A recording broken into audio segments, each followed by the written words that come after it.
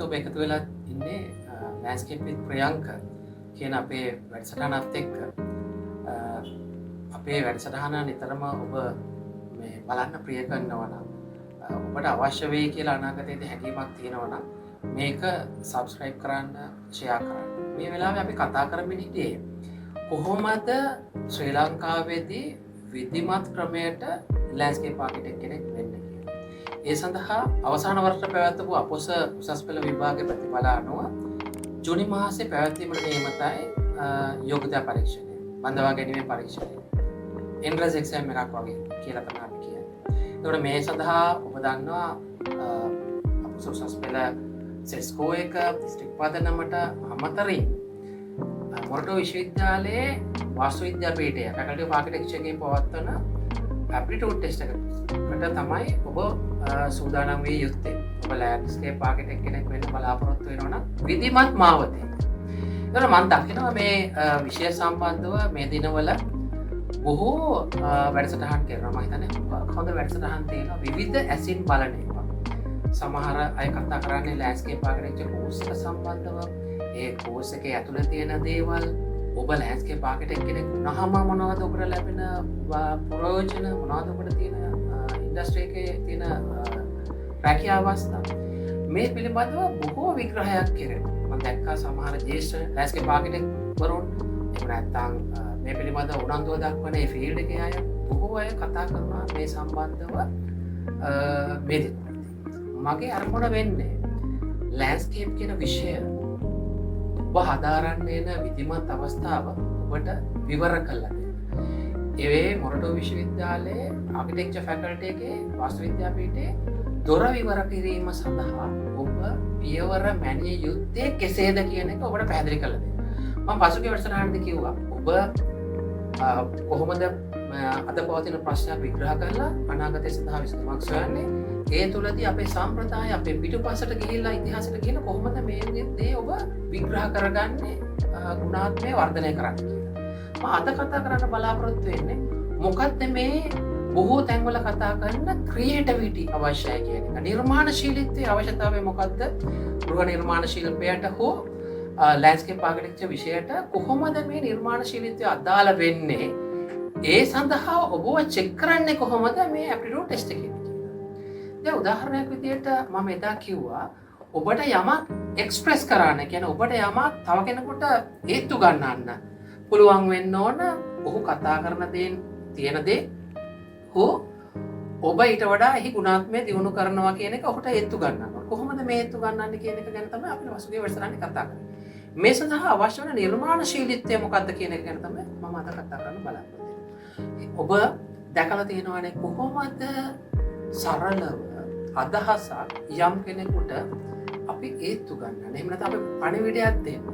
දැන් මේ සඳහා විශේෂ වෙච්ච මාධ්‍ය තියෙනවා. සරලම මාධ්‍ය චිත්‍ර. එතකොට ඒන් යමක් ප්‍රකාශ කරන්න පුළුවන්. කාටුන්. ඒන් යමක් ප්‍රකාශ කරන්න පුළුවන්. කාටුන් එකක කෙලවරදී සමහර වෙලාවට හාස්‍ය උපදවීමත් එක්ක පණිවිඩයක් සමාජගත කරනවා. දැන් මේවනේ කොට පරිහරණය කරලා පුරුදු වෙනවා. විශේෂයෙන්ම කාටුන් කියන්නේ හරි ප්‍රබල මාධ්‍යයක්. ඉතා සංවේදී පණිවිඩයක් කෙටි කාලයක් ඇතුළත දෙන්න පුළුවන් සොසයිටි සමාජයට.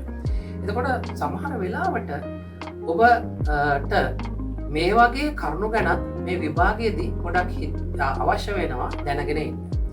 විශේෂයෙන්ම සමහර චිත්‍ර කොහොමද ඒවායේ ගැන ඔබට කතා කරන්න. සමහර කාටුන් කොහොමද ඉවර කරන්නේ. එහෙම නැත්නම් ඒක අවසාන ජවනිකාව කොහොමද ඇඳලා පෙන්නන්නේ, කොහොමද ඒක ලියලා පෙන්නන්නේ. මෙන්න මේ වගේ දේවල් මම හිතන්නේ අර අදහසක් සමාජගත කරන්න, එක්ස්ප්‍රෙස් කරන්න අදාළ වෙනවා. අපි කතා කරමින් හිටියේ කොහොමද කෙටි කාලීනව සමාජයට අදහසක් ප්‍රකාශ කරන්න කියලා ඔවුන්ගේ සිතේ රැඳෙන විදිය. එහෙම නැත්නම් අදහසක් කොහොමද ප්‍රකාශ කරන්නේ, මේක කොහොමද අදාළ වෙන්නේ කාටුන් එකක අදහස් ප්‍රකාශ කිරීම ලෑන්ඩ්ස්කේප් ආකිටෙක්ට් කෙනෙක් වෙන්න යද්දී කියලා ඔබ කල්පනා කරන්න පුළුවන්. මෙතෙන්දී ඔබ පරීක්ෂා කරලා බලන්නේ ඔබට යම්කිසි අදහසක් ඇඳලා හෝ ලියලා හෝ ලේබල් කරලා හෝ යම්කිසි ක්‍රමයකින් ඔබගේ සමාජයට ඔබගෙන් සේවය බලාපොරොත්තු වෙන අයට මේ සම්බන්ධව පණිවිඩයක් ඔබට පරිවහනය කරන්න නැත්නම් එයා තුළට යවන්න පුළුවන්. ඒකයි මේ මාධ්‍ය තියෙන මේ මාධ්‍ය මේකත් එක්ක තියෙන සම්බන්ධතාවය. චිත්‍රණයත් එහෙමයි. සමහර රූප සටහනක් ඔබ කොහොමද විග්‍රහ කරන්නේ? මොකද්ද මේකෙන් ගම්ම්‍ය වෙන්නේ? මොකද්ද මේකේ තියෙන සැඟවුණු අර්ථය වගේ දේවල් ඔබගෙන් පරීක්ෂා කරලා බලන්න පුළුවන්. ඒක මේ විෂයට අදාළ වෙන විදිය තමයි මට ඔබට කියන්න ඕනේ. දැන් තවත් දෙයක් අපි කතා කරා එදා කොහොමද නිර්මාණ ශිල්පියෙක් දෙයක් දිහා දකින්නේ? එයා ලෑන්ඩ්ස්කේප් ආකිටෙක්ට් කෙනෙක් වෙන්න පුළුවන්, ආකිටෙක්ට් කෙනෙක් වෙන්න පුළුවන්. එහෙම නැත්නම් වෙනත් ප්‍රොඩක්ට් ඩෙවලොපර් කෙනෙක් වෙන්න පුළුවන්. ඔබ මේ සරල අත්දැකීමක් තියෙනවා නම් ඔබට යම්කිසි ඩ්‍රෝයින් එකක් මේ මෙකැනිකල් ඩ්‍රෝයින්ස් සම්බන්ධව, ජියොමෙට්‍රික් ඩ්‍රෝයින්ස් සම්බන්ධව ඔබ අහලා ඇති. යම්කිසි දෙයක් ගත්තොත් එහි ඉදිරි පෙනුමක්, පැති පෙනුමක් සහ සැලැස්මක් තියෙනවා. මේ සැලැස්ම කියන්නේ ප්ලෑන් ෆෝම් එක උඩින් බැලුවහම පේන විදිය. ඒකට මේ සම්බන්ධව අදහසක් ඔබ තුළ තිබිය යුතුයි. ඔබ යම්කිසි නිර්මාණයක් කරනවා නම් වෙනත් කෙනෙක් වෙනුවෙන්. ඒ කියන්නේ ඔහු කියන දේ ඔබ වැඩි දියුණු කරලා ඒ එක පැත්තකින් පේන විදිය, උඩින් බැලුවම පේන විදිය, පැත්තෙන් බැලුවම පේන විදිය ඔබට පුළුවන් වෙනවා. ඒක උද්‍යානයක් වෙන්න පුළුවන්, හෝටල් එකක් වෙන්න පුළුවන්, ගයක්, බිල්ඩින් එකක්, එහෙම නැත්නම් විශාල ප්‍රදේශයක පැතිරලා ගියච්ච ලෑන්ඩ්ස්කේප් එකක් වෙන්න පුළුවන්. ඒක දැන් ගොඩනැගිලි වල ඉඳන් බලනකොට උඩින් බලන්න. එතකොට ඔබ අහණේ යන ගමන් දකිනවා නම් ඔබගේ අයි ලෙවල් එකේ දකින්න. ඉතින් මෙහෙම මෙන්න මේ වගේ දේවල් ඔබට ඉමැජින් කරන්න. ඒ කියන්නේ පරිකල්පනය කිරීමේ හැකියාව තියෙනවා. එහෙනම් මේකත් ඔබේ චෙක් වෙනවා. මේ වගේ විභාගයක. කොහොමද යම්කිසි වස්තුවක් දිහා ඔබ මේ පැත්තෙන් බැලුවොත්, උඩින් බැලුවොත්, මේ පැත්තෙන් බැලුවොත්, ඉදිරිපසින් බැලුවොත්, පසුපසින් බැලුවොත් කොහොමද ඔබ මේක විග්‍රහ කරන්න කියලා. මම මේ වෙලාවේ තවත් එක දෙයක් ඔබට කියන්න කැමතියි. ඔබ අහලා තියෙනවද බර්ඩ්ස් අයි view එක සහ worms eye view එක කියලා? එතකොට මේ කොල්ලෙක් සහ බිම පැතිරී යන මේක දකින විදිය යම්කිසි දෙයක් ගැන. මේක හොඳ උදාහරණයක්. දැන් උඩක ගහක ඉඳගෙන කවුරු හරි බිම බලන විදිය, ගොඩනැගිල්ලක ඉඳගෙන බිම බලන විදිය, පහළ ඉඳන් ලයිට් හවුස් එකක් වගේ ප්‍රදීපාගාරයක් දිහා බලන විදිය. මෙන්න මේ වගේ නිර්මාණශීලීත්වයකොත් ඔබ මේ යම්කිසි දෙයක් ඇඳලා පෙන්නනවා නම් ඔබේ විභාගෙදී රියල් ටෙස්ට් එකේදී ඔබෙන් බලාපොරොත්තු වෙනවා. කොටින්ම කිව්වොත් ඔබගේ ඇහැ ට්‍රේන් වෙනවද තියෙනවද සම්පූර්ණයෙන්ම ෆොටෝ බැලුව කෙනෙක් විදිහට ඔබේ අතේ තියෙන මොබයිල් ෆෝන් එක අනන්තවත් පාවිච්චි කරනවා. ඔබ දන්නවා කොහොමද මේක කරන්නේ. මෙහෙම ගත්තොත් කොහෙන්ද පේන්නේ? ෆුල් ෆිගර් එකක් ගන්න නම් සම්පූර්ණ රූපයක් ගන්න නම් කොහොමද ගන්න ඕන? වෙනත් විදිහකට ගන්න නම් කොහොමද ගන්න ඕන කියලා මේකම ඔබට ඔබේ විභාගෙදී ඇප්ලයි කරලා පෙන්නනකොට ඔබ හදාරන්න බලාපොරොත්තු වෙන විෂය අනුව. දැන් මම අහලා තියෙනවා, මම දැක්කා මේ තුගක් විදිහට මේ චිත්‍ර අඳින්න ඕනද, චිත්‍ර පන්තියකට යන්න ඕනද, නොයෙක් දේවල් තියෙනවා. ඉතින් චිත්‍ර අඳීම අත්‍යවශ්‍යම නැහැ ස්කෙච් එකක් කරලා පෙන්නන්න. හැබැයි චිත්‍ර අඳීමේ හැකියාව තියෙන කෙනෙක්ට ඒ සම්බන්ධව වාසියක් තියෙන එක වළක්වන්න බෑ. හැබැයි ඒකෙන් කියන්නේ චිත්‍ර අඳින්න පුළුවන් කෙනාටම වාසියක් තියෙනවා. තේරුම් ගන්න. ඉතින් මම දකිනවා සමහර වීඩියෝස් වල, සමහර ඩිස්කෂන්ස් වල මේක දිගින් දිගට කතා කරනවා. හැබැයි මට වෙලාවකට හිතෙනවා මේ කතාව බොහොම කාලීන වුණත් සමහර දේවල් තියෙනවා මේකේ ඔබට ආධුනිකයෙක් විදියට, පිටින් ඉඳන් බලන කෙනෙක් විදියට මේ ලෑන්ඩ්ස්කේප් ආකිටෙක්චර් හෝ ආකිටෙක්චර් විෂයානුබද්ධව තේරුම් ගැනීමේ අපහසුතාවයක් තියෙනවා. එතකොට තවත් එකක් තමයි මම කිව්වා යම්කිසි දෙයක් දිහා ඉදිරියෙන් පසුපසින් උඩින් එහෙම යටින් උඩින් බලන්න පුළුවන් වෙන්න ඕනේ කියලා. මේකට අපි කියනවානේ පර්ස්පෙක්ටිව් view එකක් කියලා. ඒ වගේ වචනක් තියෙනවා. දැන් තවත් එකක් තියෙනවා. සම්ප්‍රදායික දේවල් ඔබගේ ගෙදර තියෙන්න ඕනේවා බලද්දි දැන් තියෙන ඉස්සර තිබුණු දේවල් දැනගන්න ඕනනේ. මම එදත් උදාහරණයකට ගත්තා කලය. ඒකට කලයක් ගැන දන්නේ නැතුව, කලයකට වතුර පුරවල තියෙන විදිය දන්නේ නැතුව, කලයක් කොහොමද කෙනෙක් රැගෙන එන්නේ කියලා දන්නේ නැතුව අපිට බෑ එතනින් එහාට ඔබට කියපු ඩිසයින් එකක් කරන්න. තවදුරටත් ගිහිල්ලා ඔබගේ නිර්මාණශීලීත්වය පරීක්ෂා කරලා බලන්න පුළුවන්. යම්කිසි වස්තුවක් උදාහරණයක් කලයම විශාල කෙරුවා 10 ගුණයක් විශාල කෙරුවා. ඒකෙන් මොකද්ද කරන්න පුළුවන්? එහෙම නැත්නම් කුඩා කෙරුවා. ඒකෙන් මොකද්ද කරන්න පුළුවන්? මේ නිර්මාණශීලීත්වය ඔබේ පරීක්ෂා කරලා බලන්න.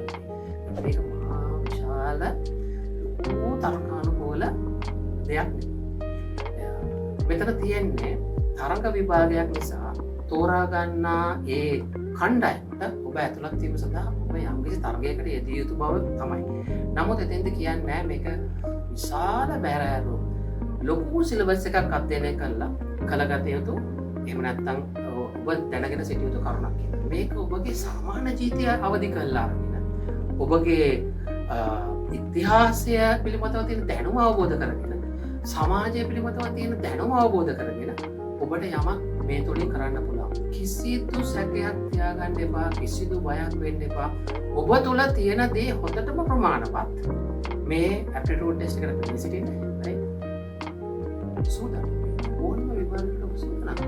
මම ඉතින් කිව්වා ඒකට යන්නේ සෙමිනාර් එකකටද ඒකට යන්නේ යුනිවර්සිටි එකේ ග්‍රැජුවේට් කෙනෙක් ළඟටද එහෙම නැත්නම් ඔබ වෙනත් කෙනෙක් ළඟටද ඔබ පන්තියකටද ඒක ඔබ තීරණය කරන්න ඕන. මොකද අපිට මේ විවෘත සමාජයක යම් තහංචි ඒ පිළිබඳව විචාර කරන්න පුළුවන් වුණාට ඒ අවශ්‍යතාවය තියෙන ඔබට ඔබ අවුරුදු 12ක අධ්‍යාපනය හදාරලා ඔබට විශ්වවිද්‍යාලයකට ඇතුල් වෙන්න කිනම් හෝ ක්‍රමයක් ඔබ භාවිත කළ යුතුයි. මොකද ඒක ඔබගේ අනාගතයට ඔබ මෙච්චර කල් කරපු කැපකිරීමට ලැබෙන රිවෝඩ් එකක්. ඒක නිසා තවත් එක දෙයක් මට අවසන් වශයෙන් කියන්න ඕන අද වැඩසටහනේ.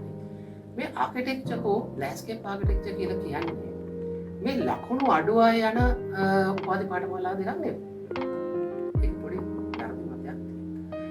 ඔබ දන්නවා ඇති සමහර වෙලාවට ඉතා ඉහළ උපාධි වලට තියෙන අය ඒ උපාධියට යන්නේ නැතුව ඊට පහළ උපාධියකට යන තමන්ගේ කැමැත්ත මත. දැන් කෙනෙක්ට කියන්න පුළුවන් ලෑන්ඩ්ස්කේප් විභාගයේ ආකිටෙක්ට් කෙනෙක් වෙන්නේ ආකිටෙක්චර් ඇප්ටිටියුඩ් ටෙස්ට් එක තියන්නේ එකම ප්‍රශ්න පත්‍රයකින් කියලා. එතකොට නිකන් A grade B grade එහෙම එකක් නෑ. මෙතන තියෙන්නේ ඒ විශ්වවිද්‍යාලය මගින් ඒවට පච්චයක් ඇති ඉහළම මට්ටමේ දැනුමක් ඇති අය තමයි මේ ප්‍රශ්න පත්‍ර සකස් කරන්නේ. උත්තර පිළිබඳව මාකින් ස්කීම් සකස් කරන්නේ. ආකිටෙක්චර් සඳහා තියෙන ක්‍රයිටීරියා එක ඒ සඳහා ලකුණු ක්‍රමවේදයක් තියෙනවා. ලෑන්ඩ්ස්කේප් සඳහා තියෙන ක්‍රමවේදයක් තියෙනවා. ඒක සඳහා ක්‍රයිටීරියා එකක් තියෙනවා. මේ තුල ඔබට මේ වැඩි කට්ටියකට අරන් අඩු කට්ටියකට එහෙම එකක් නැහැ. එහෙම එකක් නැහැ. කොහොම වුණත් ඔබ උපාධිධාරයෙක් වුණාට පස්සේ BSc නම් ඒ තියෙන්නේ එකම තලයක. ඔබ ආකිටෙක්චර්ද ඔබ ලෑන්ඩ්ස්කේප් ආකිටෙක්චර් ඔබ සයන්ස් ෆැකල්ටි එකේද ඔබ ඇග්‍රිකල්චර් ෆැකල්ටි එකේද කියන එක නෙවෙයි. එතකොට ඔබට තියෙන්නේ ඒ උපාධියේ තියෙන සුදුසුකම් තලයේ තමයි ඔබ පිහිටවන්නේ.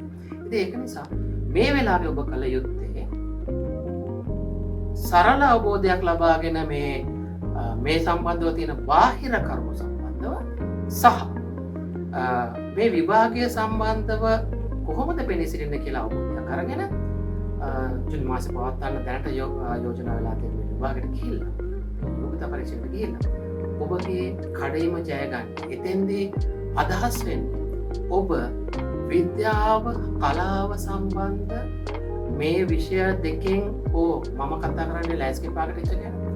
මේ ලෑන්ඩ්ස්කේප් ආකිටෙක්ට් කෙනෙක් යන මේ ගමනේ දොරටු විවෘත වීමයි. ඉතින් ඒ තුල ඔබ ලංකාව තුළ හෝ ආසියානු පැසිෆික් කලාපය තුළ හෝ සමස්ත ලෝකය තුළ හෝ ඔබ ලෑන්ඩ්ස්කේප් ආකිටෙක්ට් කෙනෙක් කියලා පිළි අරගෙන ඉවරයි. ඔබ මේ උපාධිය අරගෙන එළියට එන්නේ. ඔබ චාටර් එක ගත්තට පස්සේ ඔබ ලෑන්ඩ්ස්කේප් ආකිටෙක්ට් කෙනෙක් වුණාට පස්සේ ඔබ අයිති වෙන්නේ ඒ කණ්ඩායමට. ඒක නිසා ඔබට තියෙන්නේ මේ වෙලාවේ ඇප්ටිටියුඩ් ටෙස්ට් එකට මුහුණ දීලා ඒ අවශ්‍ය කටයුතු සම්පාදනය කරගෙන මේ සම්බන්ධව පෙනසින්න. ඒක නිසා අද වැඩසටහනත් එක්ක එකතු වෙච්ච ඔබට බොහොම ස්තුතියි. අපි තවත් ළඟ වැඩසටහන් කීපයක් කරනවා. තවත් කරුණු කීපයක් ගැන දැනුවත් කරන්න රැඳිලා ඉන්න. සබ්ස්ක්‍රයිබ් කරන්න අපේ වැඩසටහන. ඒ තුලින් ඔබට මේ ඇප්ටිටියුඩ් ටෙස්ට් එක ජය ගන්න විතරක් නෙවෙයි ලෑන්ඩ්ස්කේප් ආකිටෙක්ට් කෙනෙක් කියන්නේ කවුද?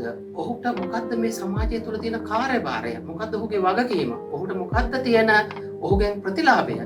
පරිසරයට ඔබගේ රටට එහෙම නැත්නම් මේ කිව්වොත් ප්ලැනට් එකට මේ ලෝකයට මොකද්ද ඔබෙන් තියෙන කියලා ඔබට සතුට වෙන්න පුළුවන් දවසක් ඒ නිසා රැඳිලා සිටින්න අපේ වැඩසටහනත් එක්ක බොහොම ස්තුතියි.